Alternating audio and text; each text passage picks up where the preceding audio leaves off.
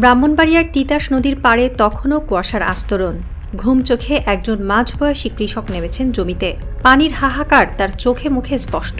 মাটি ফেটে গেছে, ধান গজাচ্ছে না। পাশ দিয়ে বয়ে চলা তিতাস যেন কেবল পাথরের গল্প বইছে, জলের নয়। এমন সময় হঠাৎ এক খবর ছড়িয়ে পড়ে গ্রামের মোড়ে। ভারত তিতাসের পানি নিতে চায়। ঘোলাটে চোখে বৃদ্ধ হাফিজ বললেন, তিস্তা দিচ্ছে না, এখন তিতাস চায়। দুনিয়া উল্টা বইতেছে রে ভাই। এটাই আজকের বাংলাদেশ ভারত সম্পর্কের কূটনৈতিক প্রতিচ্ছবি। নদীর তীরে নদীর অভাব, অথচ দাবি আসছে সীমান্তের ওপার থেকে। বাংলাদেশের জন্মলগ্ন থেকেই ভারতের সঙ্গে পানি নিয়ে দ্বন্দ্ব চলে আসছে।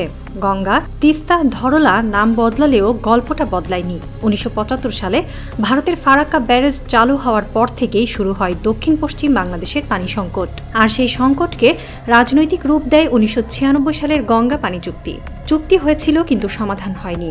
ভারতের একতরফা পানি প্রত্যাহার, বর্ষায় বন্যা ডাকে, আর শুষ্ক মৌসুমে নদীগুলো যেন কঙ্কালসার। তিস্তা চুক্তি আজও কাগজেই আটকে আছে। পশ্চিমবঙ্গের মুখ্যমন্ত্রী মমতা ব্যানার্জির আপত্তি যেন দিল্লির কূটনীতিকে ভেঙে ফেলেছে বহুবার। অথচ সীমান্তের এই পারেই তিস্তার দুই কূল শুকিয়ে গেলে কৃষকের চোখে শুধু অশ্রু জমে।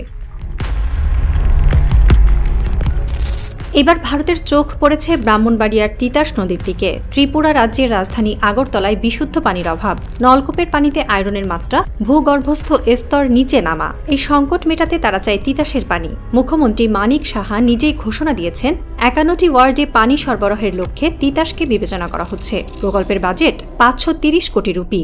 সহায়তায় এশিয়া উন্নয়ন ব্যাংক। মুখ্যমন্ত্রীর ভাষ্য, হাওড়া নদী, কালাপানিয়া খাল ও কাটা খালের মাধ্যমে তিতাসে যে সংযোগ সৃষ্টি হয়েছে, সেখান থেকে পানির প্রবাহ ধরে আগরতলায় পৌঁছে দেওয়া সম্ভব। এই ঘোষণা যখন এসেছে, তখন বাংলাদেশে উঠে এসেছে এক জ্বলন্ত প্রশ্ন। যেখানে আমাদের ন্যায্য পানি মেলে না, সেখানে আমরা কিভাবে জল বিলিয়ে দেব? তিতাস বাংলাদেশের ছোট একটি নদী, যার উৎস সরাইলের মাটি। এই নদীর পানি ছাড়া স্থানীয় কৃষিকাজ, মাছ চাষ, নৌযান সবকিছু থমকে যায়। শুষ্ক মৌসুমে নদীটি এমনিতেই নাব্যতা হারায়, দূষণের কবলে ধুঁকছে। পরিবেশবিদরা বলছেন, এই নদী থেকে পানি সরিয়ে নেওয়া হলে স্থানীয় কৃষক ও জেলেদের জীবন জীবিকা বিপন্ন হবে। নদীর জীববৈচিত্র্য হুমকিতে পড়বে। পানি বিশেষজ্ঞদের মতেও একতরফা কোনো প্রকল্প আন্তর্জাতিক আইন ও ন্যায্যতা বিরোধী। তাদের মতে, নদীর স্বাভাবিক প্রবাহে হস্তক্ষেপ করলে তার প্রতিক্রিয়া শুধু জলপরিবেশে সীমাবদ্ধ থাকে না, তা স্থানীয় অর্থনীতিতে বিপর্যয় ডেকে আনে।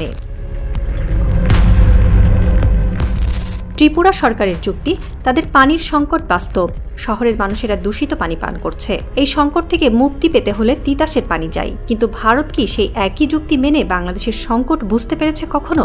বাংলাদেশের গঙ্গা ও তিস্তা উপকূলে এখনও প্রতি বর্ষায় বন্যা আর শীতে খরার ছবি। অথচ ৫৪টি আন্তঃসীমান্ত নদীর অধিকাংশের ওপর ভারতের একতরফা দখলদারিত্ব আজও বজায়। স্রেফ ২০২৩ সালে বর্ষার সময় ভারত থেকে হঠাৎ পানি ছেড়ে দেওয়ায় বাংলাদেশে ৫ জেলায় নদী বাঁধ ভেঙে যায়। সহস্রাধিক পরিবার গৃহহীন হয়। অথচ সেই ভারত আজ দাবি করছে, আমাদের পানি দাও। একে কি বন্ধুত্ব বলা যায়, নাকি এটি এক কৌশলগত সুবিধাবাদ?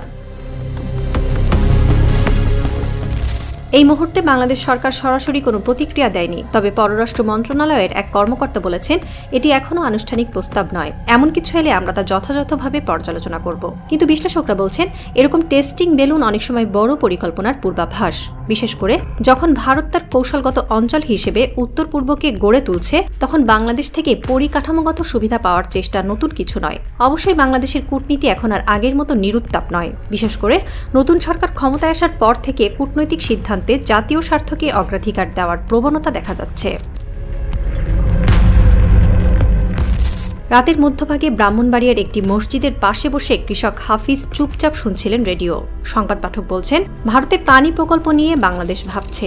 হাফিজ তাকালেন নদীর দিকে। নিঃশব্দে মুড়িয়ে রাখা বাঁশের নৌকাটা নদীর শুকনো চরে পড়ে আছে। তার পাশে কিছু ভাঙা চাষের সরঞ্জাম। এক ফোঁটা পানি নেই। তিনি ফিসফিসিয়ে বললেন, আমাদের নদীটা তো এখন কান্না করে। সেই কান্নার জলে কি ওরা আগরতলার কল ভরবে? এই প্রশ্নই হয়তো আজ বাংলাদেশের প্রতিটি সচেতন নাগরিকের মুখে।